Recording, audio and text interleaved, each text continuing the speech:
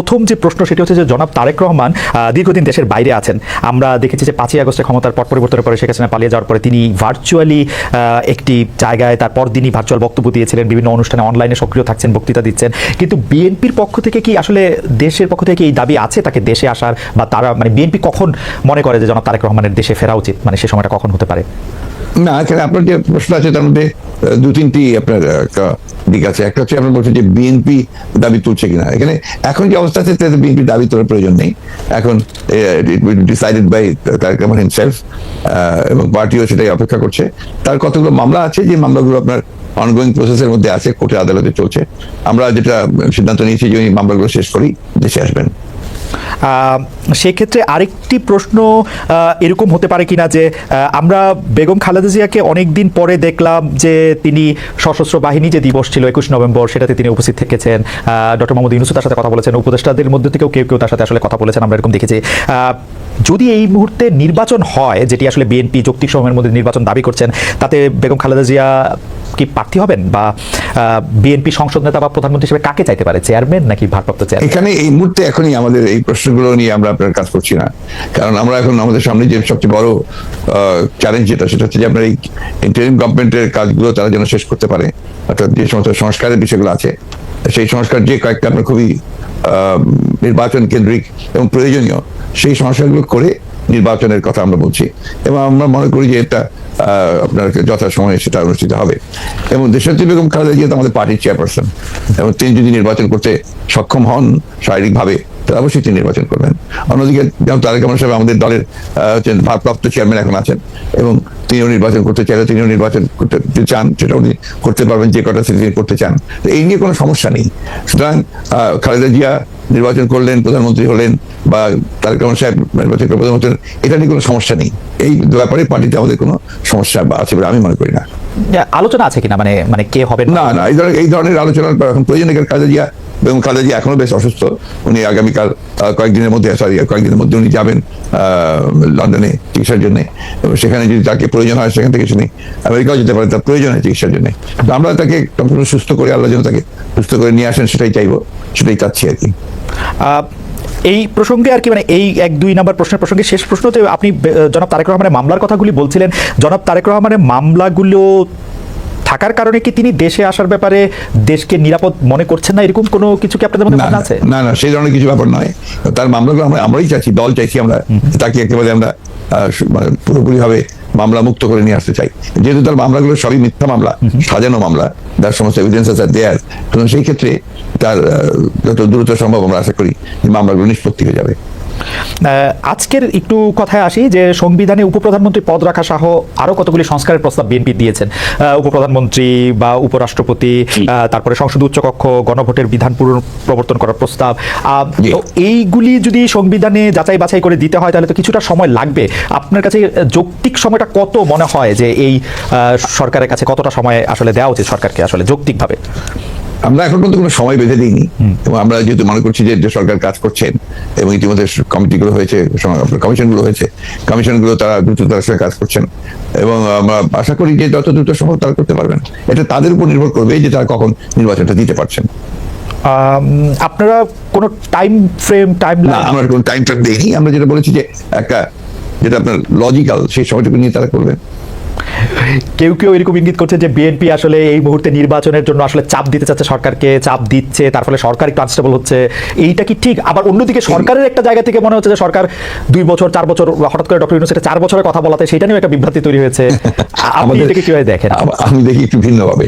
এটা দেখি যে আমাদের দেশের মিডিয়া, আপনারাই যারা মিডিয়াতে কাজ করেন, আপনারা সঙ্গে স্পেকুলেশনস করেন, এবং স্পেকুলেশন করলে এটা আপনাদের হয়তো বা খুব ভালোরা হয়, কিন্তু আমাদের জন্য আমরা এই ব্যাপারটাতে আমি ব্যক্তিগত খুব বেশি আগ্রহী নই। কারণ আমরা আপনি যে কথাগুলো বললেন তার একটার সঙ্গে কোনো বাস্তবতার মিল নেই, এবং আমরা সেই ধরনের কোনো চিন্তা করছি না বা সেই ধরনের করছিও না। এবং আমি এখন পর্যন্ত দেখিনি যে আপনার সরকার, যারা ইন্টারিম গভর্নমেন্ট আছেন, তারা বেশি সময় থাকতে চান, 4 বছর থাকতে চান। কথাগুলো সেভাবে আসেনি, এগুলো মিসরিপ্রেজেন্টেড হয়েছে মিডিয়াতে। আর দ্বিতীয়ত আমরা যেটা বলছি, আমরা বলছি যে আমরা চাই যে আপনার একটা যৌক্তিক সময়ের মধ্যে সংস্কারগুলো হয়ে গেলে আমরা অবশ্যই নির্বাচনে যেতে চাই। আপনারা যৌক্তিক সময়টা মানে হ্যাঁ আমাদের দোষ আছে জনাব মির্জা ফখরুল আলমকে আমরা ঠিকই আমি দোষের কথা বলছি না, না, মানে মানে আমি দোষের কথা বলছি না।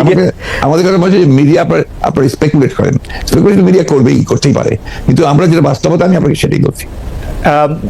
না মানে আপনি যদি অনুমতি দেন আমাদের অবস্থাটা আমরা একটু বলি যে আমাদের কাছে মনে হচ্ছে যে নির্বাচন সংস্কার মানে কিছু বলা হচ্ছে যে কিছু যৌক্তিক সংস্কার করে যদি নির্বাচনটা না দেওয়া হয় তাহলে বিএনপি যখন ক্ষমতায় আসবে বা অন্য কেউ যখন ক্ষমতা আসবে তারাও আসলে একই সরকারের সমান ফেসিস্ট হতে পারে, গত সরকারের সমান। তো সেইটা চিন্তা করে তাদেরকে সংস্কারের কথা বলা হচ্ছে। আমি এটার সঙ্গে একেবারেই একমত নই। আমি ঘোরতর আপত্তি জানাচ্ছি, তীব্র প্রতিবাদ জানাচ্ছি। বিএনপির সঙ্গে ফ্যাসিস্ট আওয়ামী লীগের তুলনা করার কোনো কারণই থাকতে পারে না। কারণ বিএনপি ইজ এ পার্টি যে দলটা বহুদলীয় গণতন্ত্র নিয়ে এসেছে। আওয়ামী লীগ একদলীয় শাসন ব্যবস্থা বাকশালে ছিল, আমরা বহুদলীয় গণতন্ত্র নিয়ে এসেছি। আমরা সংসদীয় গণতন্ত্র নিয়ে এসেছি, ম্যাডাম জিয়া নিয়ে এসেছেন। আমরা তত্ত্বাবধায়ক সরকার বিধান পাশ করেছি পার্লামেন্টে, এবং আমাদের কাছে ফ্যাসিস্ট আমরা এখন পর্যন্ত তো প্রশ্নই উঠতে পারে না। আমাদের যে পার্টির স্ট্রাকচার আমরা যে কাজ করেছি সেগুলো সমস্ত গণতন্ত্রের পক্ষে গেছে। আমি 14 বছর লড়াই করেছি তো ফ্যাসিস্ট হওয়ার জন্য নয়, গণতন্ত্রকে প্রতিষ্ঠা করবার জন্য। সুতরাং এই কথাগুলো যখন বলা হয় তখন এই কথাগুলো আমার কাছে মনে হয় যেটা আপনার শুধুমাত্র হয় কথার কথা বলার জন্য বলা হয়, অথবা বিএনপিকে আপনার ছোট করে খাটো করে দেখানোর চেষ্টা করা হয়। কিন্তু এখানে তো পাশাপাশি আরো দুটো সত্য আছে। একটা সত্য হচ্ছে যে বিএনপিও তো আসলে ক্ষমতায় ভারসাম্যের কথা বলছে, এবং সেই ক্ষমতায় ভারসাম্যের কথা বলতে গিয়ে এই প্রধানমন্ত্রী, উপপ্রধানমন্ত্রী, রাষ্ট্রপতি, উপরাষ্ট্রপতি জাতীয় সংস্কারের কথা বলছে, এই বিষয়টি যেমন আছে। এবং বিএনপিও রাষ্ট্র ক্ষমতায় ছিল, তখনও বিএনপিতে আসলে ক্ষমতার ভারসাম্য আছে কিনা সেটা নিয়ে প্রশ্ন উঠেছে। আবার আপনি যদি আমাকে অনুমতি দেন আমি বলবো যে বিএনপির একজন খুব গুরুত্বপূর্ণ শীর্ষস্থানীয় নেতা জনাব মওদুদ আহমেদ, আমি তাকে কোট করছি, তিনি লিখেছিলেন আমরা ক্ষমতায় গেলে বিএনপি সাফল্য হবে আরো কম, কারণ দলটি শাসন কৌশলে কোনো উন্নতি হয়নি, দলটিতে নেই কোনো আত্মোপলব্ধি এবং আত্মসংশোধন শব্দ দুটির অস্তিত্ব। অর্থাৎ এরকম কথা আছে। মওদুদ আহমেদের কথাই যে আপনার চূড়ান্ত কথা তা তো নয়। জি, মওদুদ আহমেদ তার দৃষ্টিকোণ থেকে তিনি ওই কথাগুলো বলেছেন। আমি তো মনে করি যে কথাগুলো সঠিক নয়। বিএনপি একটা পার্টি, যে পার্টিটা আপনাকে গণতন্ত্রকে রিইন্ট্রোডিউস করেছে, মাল্টি পার্টি সিস্টেম ইন্ট্রোডিউস করেছে। আগে আমি বললাম, আর রিপিট করতে চাই না। তো বিএনপিকে ওই দলের সঙ্গে বা ফাইজারের সঙ্গে তুলনা করাটাকে আমি মনে করি একটা সঠিক তো নয়। আমি মনে করি এটা একটা উদ্দেশ্য প্রণোদিত। আচ্ছা, আরেকটি ব্যাপার সেটি হচ্ছে আমার আগেকার প্রশ্নের সাথে সম্পর্কিত, যে গণ অভ্যুত্থানের মুখে শেখ হাসিনার দেশ ছেড়ে পলায়ন, আওয়ামী লীগের নিষ্ক্রিয়তা এক ধরনের মানে আওয়ামী লীগ দেশের রাজনৈতিক প্রেক্ষাপট থেকে বাদ হয়ে গেছে। কেউ কেউ আমাদের মিডিয়ার ভাষায় কেউ কেউ বলছেন যে একটা -1 হয়ে গেছে। অন্তর্বর্তী সরকারকে নিয়ে কোনো -2 সংখ্যা কি আছে? কেন এই প্রশ্নটি উঠছে সেটিও আমি বলি, যেটা কিছুটা আপনি আগে প্রশ্ন করেছেন যে আওয়ামী লীগ আমলে কিন্তু আমরা দেখেছিলাম যে বেগম খালেদা জিয়ার চিকিৎসার জন্য বারবার বলা হচ্ছিল, কিন্তু 3.5 মাস পরেও বেগম জিয়া এখনো দেশে আছেন, তারেক রহমান সাহেব এখনো দেশে ফিরেন নাই। তো এইটার ক্ষেত্রে কি -2 কোনো আশঙ্কা আপনাদের মধ্যে রয়েছে কিনা অন্তর্বর্তী সরকারকে নিয়ে? এই -2 তো এসেছিল আপনার 111-এ। এখন আপনার এই -2 কোনো সমস্যা নেই। কারণ হচ্ছে যে আমরা আগেই বলেছি, আমি গতকাল একটা ইন্টারভিউতে বলেছি যে বিএনপিকে এখন আর কেউ মাইনাস করতে পারবে না। এক, 2 নম্বর হচ্ছে আওয়ামী লীগ যদি নিজেরা মাইনাস হয়ে গিয়ে থাকে তো সেটা তো আওয়ামী লীগ হয়েছে, কারণ সেটা দেশেই নাই, তার নেত্রী পালিয়ে গেছে। সুতরাং আপনার এই জায়গাতে তো তারা নিজেই চলে গেছে। এখানে একটা জিনিস আমাদের সবসময় মনে রাখতে হবে যে রাজনৈতিক দলটি পলিটিক্যালি ব্যাংক্রাফট হয়ে যায়। আওয়ামী লীগ এখন আসলে পলিটিক্যালি ব্যাংক্রাফট একটা রাজনৈতিক দল। আমি আগে থেকেই বলছিলাম কথাটা আর কি। তার কোনো রাজনীতি নেই। সে ক্ষমতাকে এমন ভাবে ব্যবহার করেছে তাদের ব্যক্তিগত স্বার্থে, দলীয় স্বার্থে না, প্রত্যেকের ব্যক্তিগত স্বার্থে। They have minted money like anything. দেশকে তারা একেবারে ফোকলা করে দিয়েছে, এবং সেই দেশকে ফোকলা করে দিয়ে পালিয়ে গেছে, এবং এটা জনরোষে পালিয়েছে। নর্থদের যে কোনো মিলিটারি কু বা কিছু হয়েছে, পিপলস রেট, জনরোষ, সেই রোষে তাকে জীবন বাঁচাতে পালিয়ে যেতে বাধ্য হয়েছে।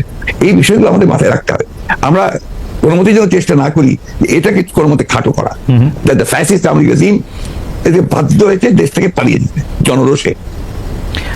ওকে, গত 15 বছর আওয়ামী লীগের শাসনকে যে ফেসিবাদী বলা হচ্ছে, এবং তার যে পালিয়ে যাওয়াটা, যেটি আসলে আপনি এখন বর্ণনাও করলেন, দুর্নীতি, তারপরে নানা ধরনের নানা কারণে, কিন্তু তার পেছনে আপনাদের আমলে যে 20 বছর আগে 21 আগস্টে গ্রেনেড হামলা, বিচারকদের বয়স বাড়িয়ে তত্ত্বাবধায়ক সরকারকে প্রশ্নবিদ্ধ করার মাধ্যমে শেখ হাসিনাকে কর্তৃত্ববাদী শাসনের দিকে নিয়ে যাওয়া, এ নিয়েও আসলে নানা ধরনের আলোচনা আছে।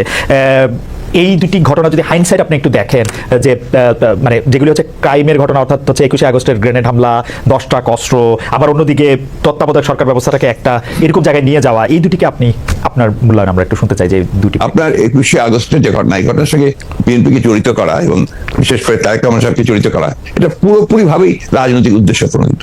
এটা কোনো মতেই বিএনপির সঙ্গে জড়িত তো নয়, বরঞ্চ আমি মনে করি যারা বিএনপিকে শত্রু হিসেবে চেনে তারা জড়িত, এবং এখানে বেনিফিশিয়ারি কারা হয়েছে সেই বিষয়টা আমাদেরকে অবশ্যই লক্ষ্য রাখতে হবে। 21 আগস্টের মামলায় who was the beneficiary? Beneficiary was Awami League. কারণ বিএনপি ক্ষমতায় থেকে সে এমন কোনো ঘটনা ঘটাবে কেন যে ঘটনা তার বিপক্ষে যাবে? এটা 1 নম্বর। আর আপনি যে প্রসিডিংস দেখেন সমস্ত, আপনি তো একসময় বিচার বিভাগের মানুষ ছিলেন, দেখবেন যে তারেক সাহেবকে এখানে জড়িত করা হয়েছে 4টা আপনার আইও চেঞ্জ করার পরে সর্বশেষ যে আইও নিয়ে আসা হয়েছে সেটা হচ্ছে আওয়ামী লীগ দলীয় ভুক্ত, তাহার এখন যে আপনার নিজে থেকেই তাদের নির্দেশে সে এই চার্জশিটটা করেছে, যার কোনো সম্পর্ক নেই। অন্যদিকে যে আপনার মূল আসামি ছিল ভদ্রলোকের নাম আমি ভুলে যাচ্ছি, মৌলানা মুফতি মোহাম্মদ, তিনি তাকে দিয়ে 164 দিন তাকে টর্চার করে তাকে দিয়ে একটা আপনার স্টেটমেন্ট করে নিয়েছিল। পরে দেখা গেছে যে উনি নিজেই সেটাকে আবার ভোগ করেছেন, বলেছেন যে এটা আমাকে টর্চার করে নেওয়া হয়েছে। এবং দেখেন কিভাবে কি মারাত্মক ঘটনা, কোথায় চলে গিয়েছিল সবকিছু। এবং he was hang before the trial was complete. তো যে প্রধান আসামি তাকে আপনি আগেই অন্য একটা মামলাতে জুড়িয়ে দিলেন যাদের আসল সত্যটা বেরিয়ে নিয়ে আসে। তো এই কথাগুলো কিন্তু কেউ আপনার ইনভেস্টিগেটিভ জার্নালিজম করে না, যার ফলে এই বিষয়গুলো আসে। আপনারা পলিটিক্যালি জিনিসটাকে নিয়ে চেষ্টা করেন, ওটা যদি why did you try to go deep into it? একবারই শেষ করি প্লিজ। ইনভেস্টিগেটিভ জার্নালিজমটা সিরিয়াসলি করেন এবং এটাকে ফাইন্ড আউট করেন যেটা আসলে ব্যাপারটা কি ছিল। সেটা করছেন না, করছেন যে বিএনপি কিন্তু সব করার জন্য করছেন। এটাকে আমি মনে করি এটা এক ধরনের রাজনৈতিক উদ্দেশ্য প্রণোদিত। ওকে।